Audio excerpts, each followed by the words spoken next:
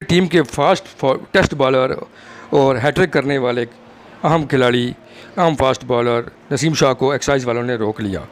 Exercise वालों ने जब देखा कि गाड़ी में नसीम शाह हैं तो वो ख़ुद भी बड़े इस बात से मुतासर हुए और उन्होंने नसीम शाह के साथ सेल्फियाँ भी बनाई। नसीम शाह ने अपने कागजात सारे एक्साइज़ वालों को गाड़ी के दिखा दिए। उसके बाद उन्होंने इनको जाने दिया।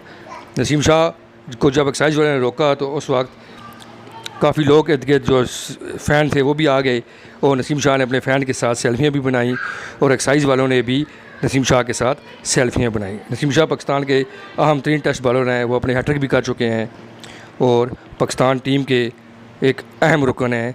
उनको जब भी रोड पे इस तरह के लोग पर्सनैलिटीज़ आती हैं, उनको देख कर लोग इकट्ठे हो जाते हैं।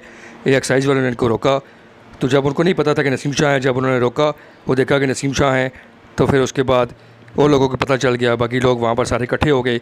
नसीम शाह ने उनको अपने गाड़ी के कागजात दिखाए। उसके बाद एक्साइज़ के डिपार्टमेंट के जो लोग थे उन्होंने नसीम शाह के साथ सेल्फियाँ भी बनाई।